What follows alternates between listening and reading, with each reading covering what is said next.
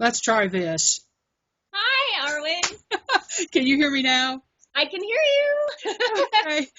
Everybody on my YouTube channel, thanks for joining us. And I want to introduce you to somebody you already know. It's Joanna DeVoe, the Happy Witch. Hi, everybody. Thank you so much for joining me. How are you doing this morning? I'm good. I'm a little bit worried about some gardening noise, but so far it's okay. So. We'll just say the universe is inputting growth. So I'm doing interviews with everybody as I'm talking to y'all on the YouTube channel. I tend to look around my room as though there's somebody in here with me. And it really weirds me out because I'm like, y'all, there's nobody here. But what I'm doing is just kind of investigating other people. And you were one of the people that, I had a ton of requests and you came up like a bunch. Everybody's like, talk to her. I said, okay. Hey, I'm excited to talk to you. And thank you to those of you who requested me. Well, I know I went out and read your webpage because I've explored your YouTube channel, but I haven't actually gone out to your webpage and gone, who is this chickadee? And you're really cool. You've got a lot going on. Oh, thank you so much. I do have a lot going on. It's been interesting trying to pull that into one cohesive brand. Yeah, she YouTubes, she podcasts, she has I'm not going to call it a diet. It's a re-education of food intake is what it looked like to me. Yes, yeah. And it's an online class. So I want to get into a lot of this, but first we're going to start with the questions. Okay. So the first one is, who or what is your creative muse? I think I have to say myself. That's good.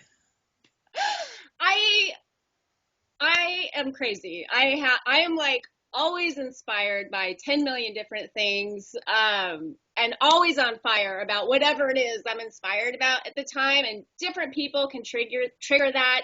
I'm definitely a pop witch. I like to be a part of my time and place now. So I don't look too much to the past. I look to the mythologies we're creating today and kind of the gods and goddesses of our pantheon, which is really a pop pantheon. So like at the tippy top of that would be Jack White for me, I think, because just to name some people I've been consistently inspired by, Jack White, if people don't know, he was in the White Stripes. He's in the Dead Weather. He has an awesome solo career, but as a musician, he's a guitar player and a singer and a producer and a drummer. But what I love about him is he's kind of like the Willy Wonka of rock and roll. He is a branding genius, and he has this really amazing ability to consistently delight his fans, and that's because he does what he loves. He's always in that zone. Like if you go see him live, you can be like, there is somebody who's having a blast. Therefore, his fans are having a blast with him. Mm-hmm. So I love his music, but that's not really why I consistently keep him in mind as a muse. It's really more the way he lives his life and he approaches everything. Another one is a fictional character. Her name is Tess McGill from the movie Working Girl. I talk about her all the time.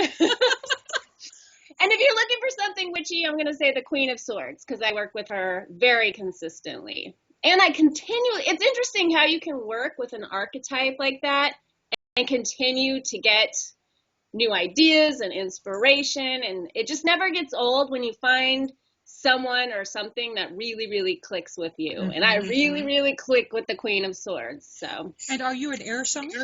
Oh, yes. I actually got into her from a defensive position. I was kind of defending Athena because she gets a lot of shit that I don't think she deserves. And all of the criticism directed at her is often directed at air signs or people that are really intellectual or up in their heads. I really see Athena as being one embodiment, or not even embodied. She's not here anymore if she ever was. But of the Queen of Swords, they're kind of one and the same to me. So I came at it from a defensive position, like, hey, like, I just didn't like the way she was being represented. And then she just grew on me and became like a part of who I am. Well, who would you say Lady Gaga is? Which queen is she? Fire, I would say. Yeah, that's where I would have landed her too. I would have gone with the wands with a little touch of swords because she's got such a creative mind. For sure, but she's also so passionate and on fire all the time, which I totally relate to too. Are you a Lady Gaga fan?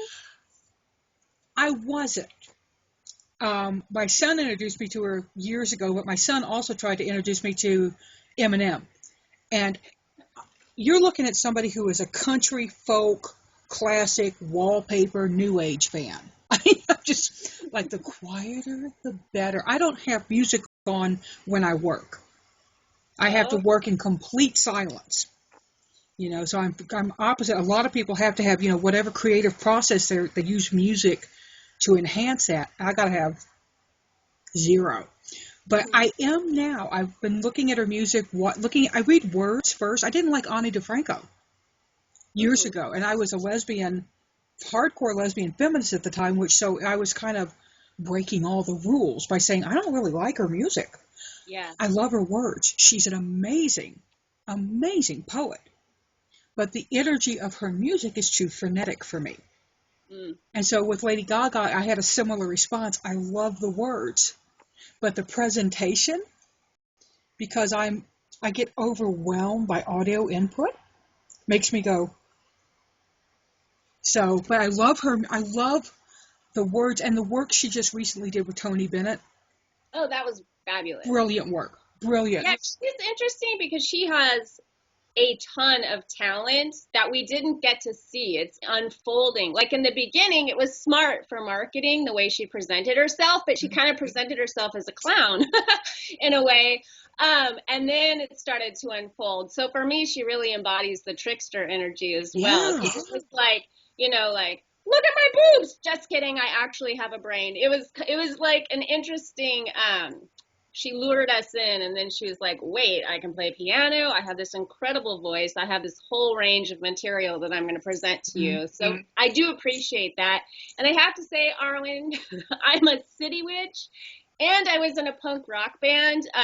We're on hiatus, but screaming and yelling. It was very angry. So I'm 100% sure that you would not like that. Never go check it out.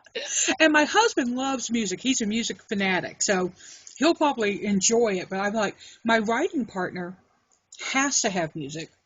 And since we write together a lot, we get together for writing weekends, she'll have her headphones on and be pumping whatever jam she loves.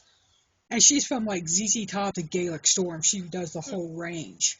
I'm old, so the newer music, I have to kind of. I turned 55, double nickel in March.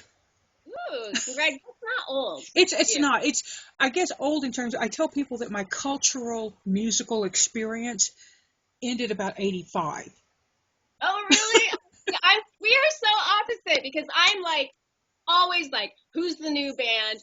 What's the new movie? What's the new book? What's the new song? That's what we were talking about with the muse. I'm always like, whatever.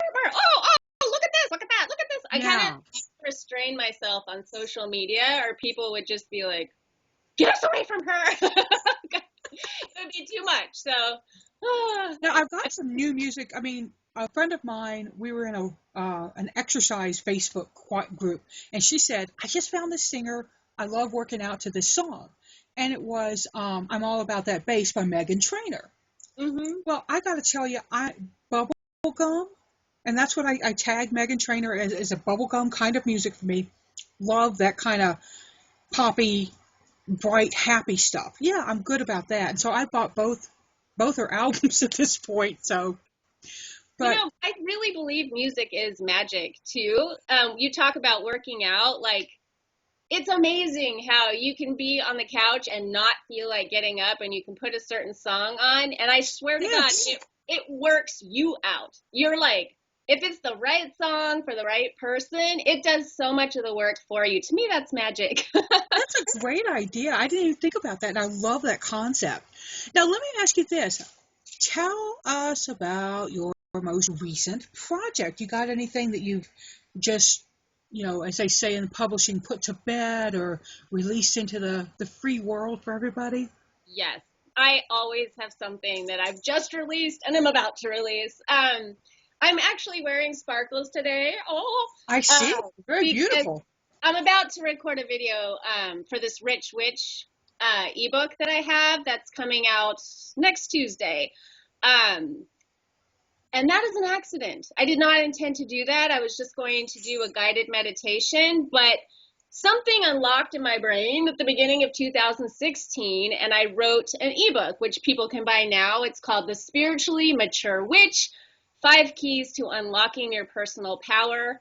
I don't even know where that book came from. It was just, it was the keys that I outline for unlocking your personal power. They're things I work with in my everyday life, but something just like clicked and I could not write it fast enough. It was just like coming through me. And then that happened again a second time. And I was like, okay, I'm a little superstitious about, I have a lot of experience with channeling and things like that. So I think once you open that channel, you always have access to that energy. And I'm a little superstitious in that do what the voice says. Yes. Because if you don't, maybe it'll go somewhere else where it can get full expression. So I try to be available to that when it is ready and when it wants to go. So I'm willing to just push aside what plans I had and serve the muse. Absolutely. And people watching this, check the drop down because I'm going to have all of her links. You can go find all the stuff we're talking about so that you can get as much Joanna as you need. Thank you. Now, what about upcoming projects? You got anything coming up after the 5 Keys book? Well, I have the Rich Witch. It's the Rich Witch, 7 Portals of Prosperity. That's coming out Tuesday, next Tuesday. And I'm still writing it. It's still like, and I'm shaping it up still. And I really fly by the seat of my pants with everything I do. But something that I think is special about what I do is it's for you. So, because I'm old. You said you were old. I'm 42. No way. I am. I thought you just turned 16. Oh my God. Oh. Anyway, so that comes with a certain amount of wisdom, whereas when I was younger, as a lot of creative people are, it was all about me.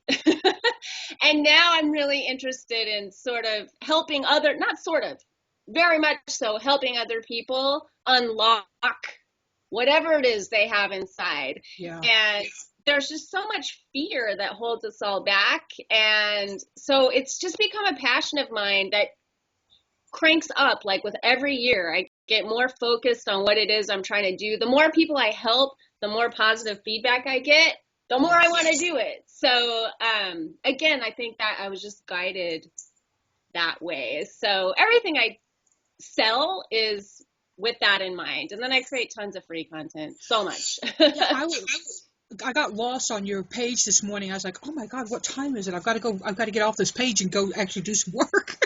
Because there's so much going on there. You really do give a lot of yourself. So it was really, really an amazing, and it's a well-designed page. I have a web design background, so I go to a page, and one of the first things I look at is, can I get places easily? Check. Is it blocky and nice print, and it's like a newspaper print, not like I'm cramming all this information in? Check. So you did a great job just on a technical side for me. Oh, thank you. I didn't want a fancy website. I wanted the content to be, there's only me. There's only one me. I was an illustrator for years. I incorporate that into my business. So I could, put a lot of energy into that, but I definitely made a clear, distinct choice in the beginning that I'm just going to have a really basic, simple website so that I can just pour my energy into blah, blah, blah, blah, blah, like making things. That's what I love to do. I love to make things and inspire people. So I think you're doing that on a daily basis. I love watching your videos. I don't always comment, but Well, thank you. Now let me ask you this. Do you have a certain ritual before you begin creative work? And I don't mean ritual necessarily as in cast circles, set up candles. I just mean like when I cook, I always clear the kitchen. It has to be clean before I can Yeah. cook. So do you have anything that you have to do? I have a lot of little daily rituals that help me. It's funny, I find my work, KICKASS WITCH, that I just love. I'm like constantly in the flow with that all the time. Like, I love that. It's the rest of my life. That is the effort for me. So I have a lot of rituals to support me that way. And they change over time and things like that. But I share a lot of that on my radio show. I'm trying to think of like one, you get into a routine that maybe you just accidentally fall into and it becomes very elaborate. So I keep mine very conscious, which is something I learned. I actually learned this from Anthony Robbins. I think it's a very witchy thing, but your rituals define you. So looking at everybody has rituals, whether you consciously create them or not. So starting with the end in mind, like if you want to be in shape, but you can never find the time to work out, you need a ritual for that. You need a ritual of setting out your workout clothes before you go to bed.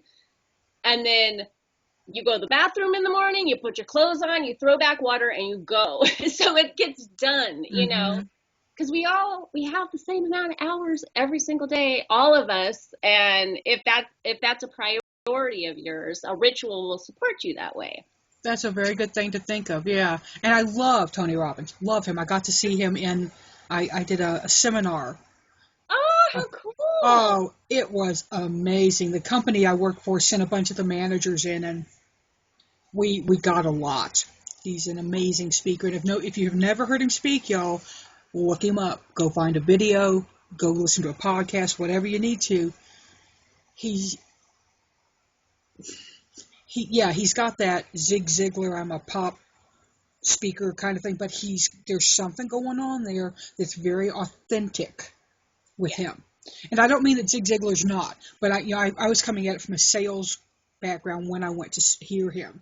So, because that's my background is sales. I could probably sell ice cubes to, the anyways. Oh, really? Yeah. Now, what do you think about your own heritage, your own cultural heritage? Has that had any influence on you doing the work that you do now? Did you, when you were 8 years old and somebody said, "What do you want to be?" and you said, "A hippie witch"? No, say that. Well, right now I'm really into my culture. I've been learning a lot about my ancestors, which are Prussian Germans from Russia, which is very, very specific. Me too. Is that what you are? You get out. No, truly, I've got Prussians in my background. New Braunfels, the Count of New Braunfels, my family came over with him and just helped settle Texas. Oh, how cool. Yeah, that's crazy, because that is a very small, like, what side of the Black Forest did you come from kind of question.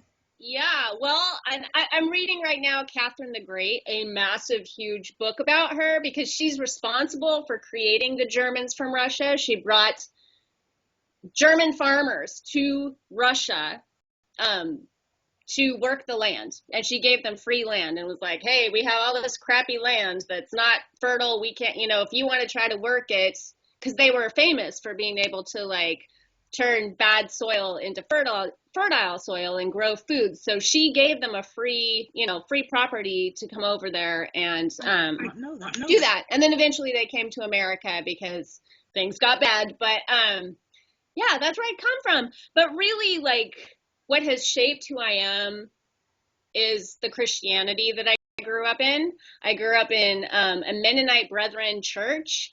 And I say I grew up in the church, and I really, really mean that. All of our friends were from the church. We really only socialized with people from the church. We were heavily involved. My parents were founding members. My mom's a missionary.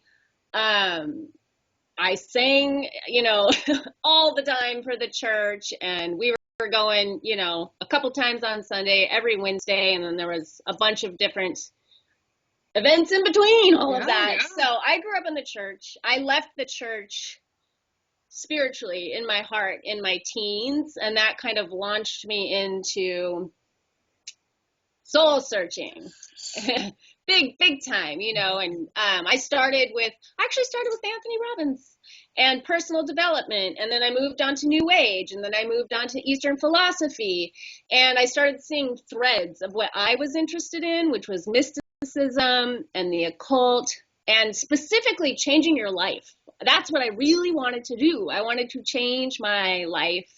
And so it became magic, and it ultimately led to witchcraft.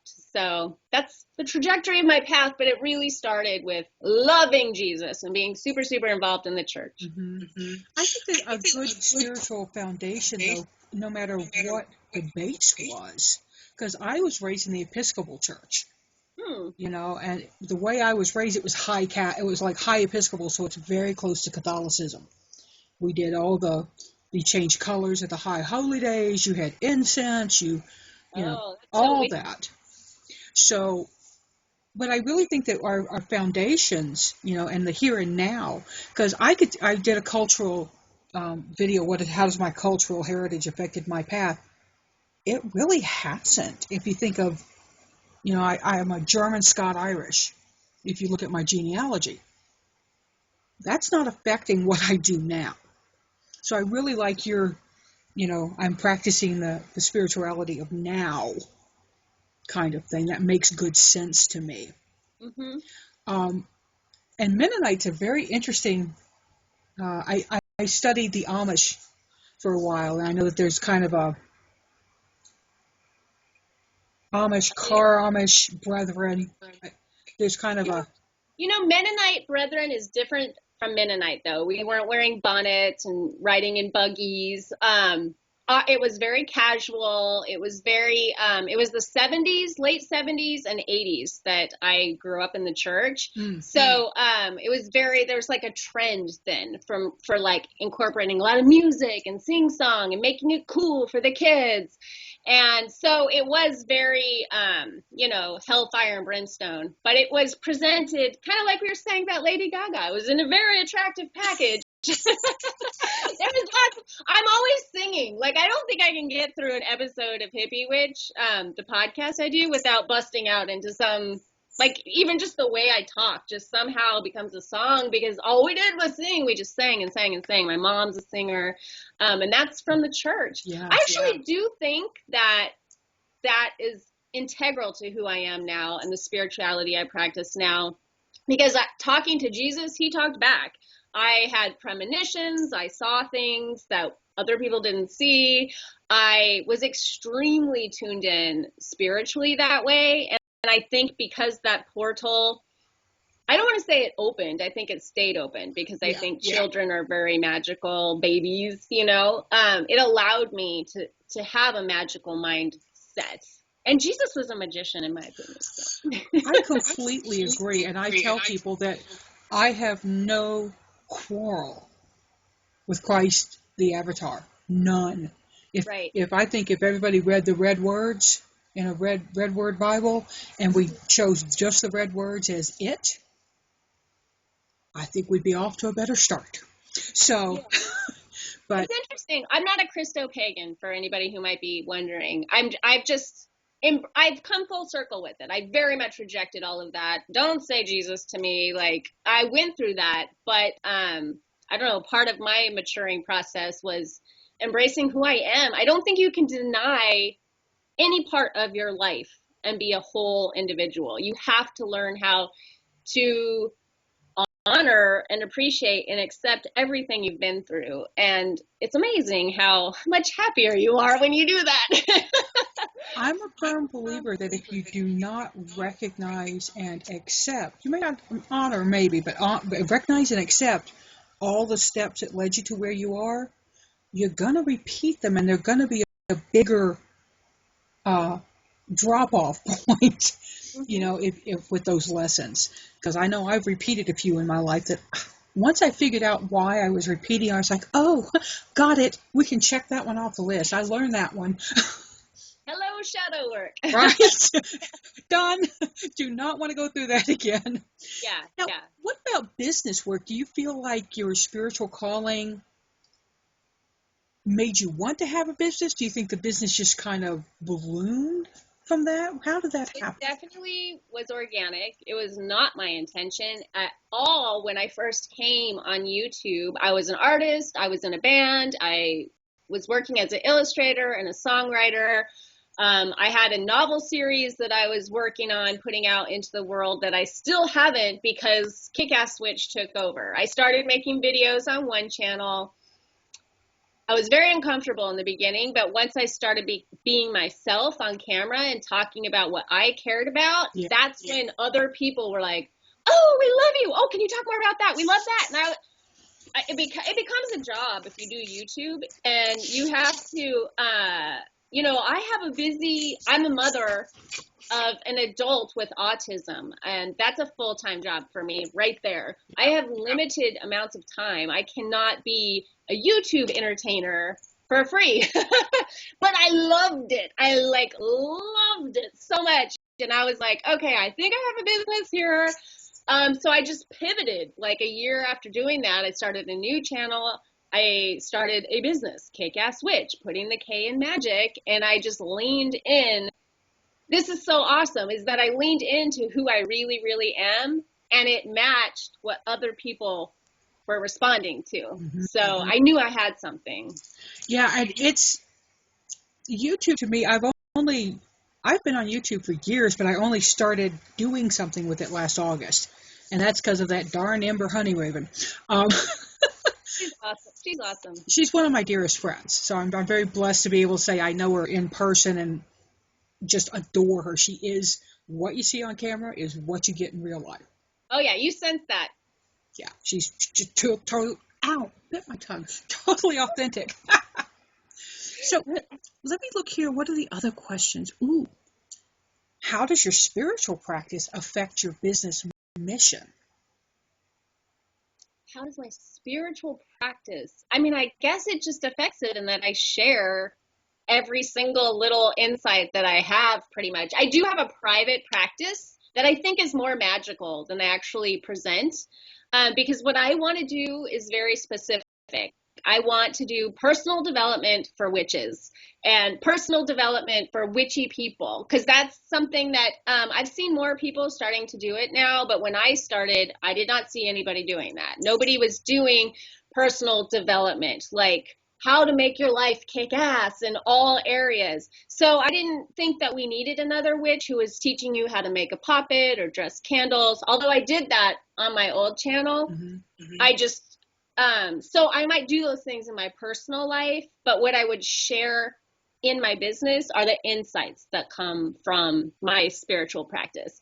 So I might not share with you like all the gritty details, but I will always share if I have some cool epiphany or some idea or I make this or that connection. Yeah. That's what I'm always happy to share. And that's really what fuels the content that I create too. So what's the most rewarding thing about what you do? Gosh, I love it all, Arwen. I really, really do. I'm in love. I'm like, it's silly. No, it's great. I'm in love with my business and the people. It's really, I mean, there would be no business without the people. I lead a private group called the Psycho Spiritual Wheel of the Year, and it's small, you know, it hasn't gotten too big, so I concentrate, like I know those people's names, I know who their kids are, I know who their dogs are, I adore that little group of people, but even beyond that, people write me letters all the time. Listeners of the radio show are very different than people that interact on Facebook and people that watch the YouTube. The radio listeners will email me like huge, epic, here's my life story, you know, here's what you've helped me with. Wow. And that's amazing. That's really, really special, like so special. It makes me feel like I'm living a life of purpose and that's worthwhile and I'm doing something amazing. That's what it feels like to me anyway. That gets you, yeah, you can feel, that gets you in the feels because that's so right. I don't know how a better word for it. I'm not saying it. It's just right. It hit me right. Oh, good. So wonderful. Now, what is your biggest challenge? Well, I have a lot of them. I have a lot of them, but I've learned to manage them. I'm very, very patient. One thing that I've had to be extremely patient with is this novel series that I want to get out, because it's 5 books and they all go together, and I need to make sure, and I want a publishing deal. I've been DIY, do it yourself, since forever, but officially since 2003. So everything I've made, I've published myself. And I want to see how the other half lives. I want a fancy publishing deal. I want to see my books on the shelves at Barnes and Noble.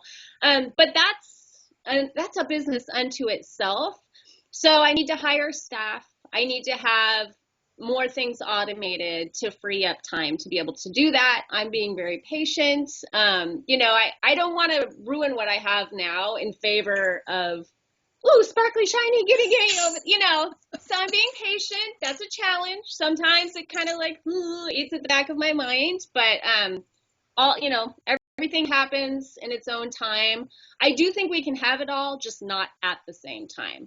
So, and then having a son with special needs, he just turned 22, which means, well, it was last year, but he fell out of all the systems he was in that were supporting him. Oh, yeah. So it's been a red tape nightmare, government buildings, phone calls that lead to other phone calls that lead to other phone calls, and you don't get the answer you want. And that is a personal challenge, but balancing that with my business it's a juggling act, Yeah. Well, it sounds like you're doing it really well. Thank you. Now, our last question is, what's the best advice for someone who wants to do what you're doing? Don't do what I'm doing. Truly. For one, it's crazy. It's at a super high pace. It's fast because it's me. You can only do you. So if you want to have an online business, and don't look at what other people are doing. It's great to have inspiration. It's great to look at someone like Kellyanne Maddox and be like, oh, I want to do that too. Or Ember Honeyraven, or whoever you're into. You're probably into both if you're a witch. But don't copy them. Don't try to be them. Don't try to take their business model and make it fit for you. Really, really, really focus on 2 things. Like, what do you love? What would you do for free? What makes you get excited when you get out of bed? And also, what do other people appreciate about you? What do they thank you for? What do they tell you you're good at? If those things match, you're in business. And then you need to look at creating support structures for that. Like, how am I going to present this online, if you want to do it online, which is, I think, what you're asking me. In a way that serves other people. Yeah, I think that's the key right there. Do what serves other people while making yourself happy. If you can do those 2 things at the same time. I think every person has that. I really, truly believe that we all have a calling and a purpose. It might not be what you think it is. I never thought this is not a business I could have ever dreamed up. What I mean? It's if you listen to what's happening, if you look at yourself and what you're doing with your time when you have time, when nobody's looking, what are you passionate about? What are you doing like an obsessive maniac? Chances are other people are going to appreciate that. Yeah, that's wonderful. Joanna, thank you so very much for joining me today. I know that people are going to just love listening to you and getting to know you even better. And I'll ask you to later to send me all your links so that I don't miss any, because it's kind of like, wow, watching Joanna's like shiny squirrel. That's a good thing. Thank you so much. Thank you for having me. This is great. You're very welcome. Is there anything you'd like to end with? Anything you'd like to tell people before we say goodbye? Yeah. Don't settle. Don't settle. You know in your heart better than anybody else what you're capable of. And Magick can help you with that, but so can meeting the universe halfway. Like, don't just try to fantasize your way into a reality. Vision it, dream it, use your magic, but also get off your butt and do the 3D reality work that you need to do to make it happen, because we're here in this reality right now for a reason. We are operating on the material plane. So don't sell yourself short. You know what you're capable of. Fabulous. Everybody, this has been Joanna DeVoe, the Kick-Ass Witch, putting K back into magic. And I'm Arwen of Tarot by Arwen. Seek joy, y'all. Pass it on.